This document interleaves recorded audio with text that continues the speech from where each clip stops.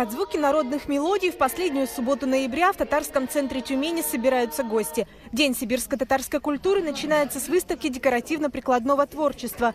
Вязание, национальные костюмы, изделия из дерева. Мамочки из нашего села Чикча, настоящие мастерицы, рукодельницы, делают вот такие в национальном стиле ширмы красивые. Театры в национальном стиле шьют вот такие вот куколки. Самая вкусная экспозиция – национальная выпечка. Любимые всеми ощпачмаки, костыбы, чак-чак и король сибирско-татарского стола – баурсаки в форме тюбетейки. Такие пекут в селах Вагайского и Тобольского районов Тюменской области. А бабушки и Лутеровска на тюбетейках делают социальный бизнес.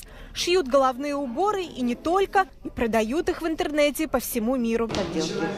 Вот у нас подделки, вот лоскутное шитье, потом вязание, вот эти шапочки, тюбетейки для мужчин и для детей, вот для женщин вот такие тюбетеечки, как келепуш называется, и подушки. День сибирско-татарской культуры – праздник новодел. Его впервые отметили в 2013 году, когда организация ЮНЕСКО дала сибирско-татарскому языку международный код.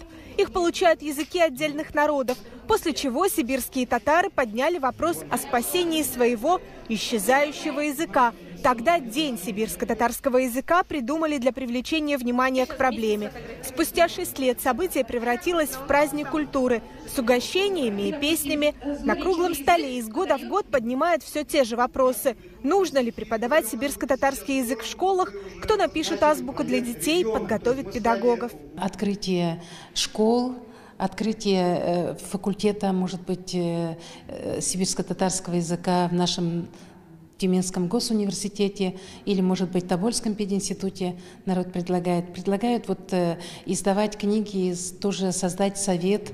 Альмира Сажина тюркские языки сравнивает с симфоническим оркестром, где каждый инструмент вносит свое звучание. Так вот, сибирский язык – это свой отдельный инструмент со своим характером, со своими тонами, со своими красками, со своими вкусностями. И тогда, когда он выходит на авансцену, конечно же, он нас радует всей своей красотой, всем богатством своего языка. Вопрос сохранения языка, по мнению Альмиры Сажиной, нового человека в общественном движении, нужно решать на государственном уровне. Но прежде татарам в Сибири важно прийти к согласию. И вот сегодня перечисляли 10 минут в начале, сколько общественных организаций в Тюмени. Татары такие, конгрессы, еще чего-то, еще чего-то. Ну, немыслимое количество. Мне кажется, что все должны сесть за стол переговоров и сказать: да, мы разные. Да, у нас много чего дать этому миру. И в конце концов начинать давать. Тем временем книги одна за другой издаются отдельными авторами. 2 издания в этом году вышли в свет при государственной поддержке. Сибирским татарам нужно смотреть шире, говорит редактор альманаха «Огни Сибири» Леонид Иванов, и предложил публиковать на страницах издания произведения сибирско-татарских авторов в русском переводе. Вот сегодня я хотел бы в приветственном слове сказать, что, наверное, этого все-таки недостаточно. Не надо замыкаться только среди своих.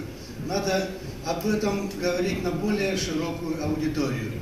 Анас Гаитов, ветеран татарского общественного движения, 35 лет отстаивает право сибирско-татарского языка на самостоятельность и защищает его от обидного определения «диалект».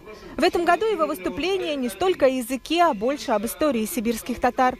История, по сути дела, сибирских татар мало написана. Она, конечно, поверхностно затронута, но, например, я занимаюсь темой возникновения городов Тюмени и Тобольска, когда они начали появляться. Ведь история того или иного населенного пункта берется с момента закладки первого камня. Круглый стол завершился предложением о проведении научно-практической конференции на тему языка, истории и культуры. Одним словом, вернулись к тому, от чего ушли. После сдержанных дискуссий праздник продолжился концертом фольклорного ансамбля САС. София Хайруллина, Рустам Салтукиев, ТНВ, Тюмень.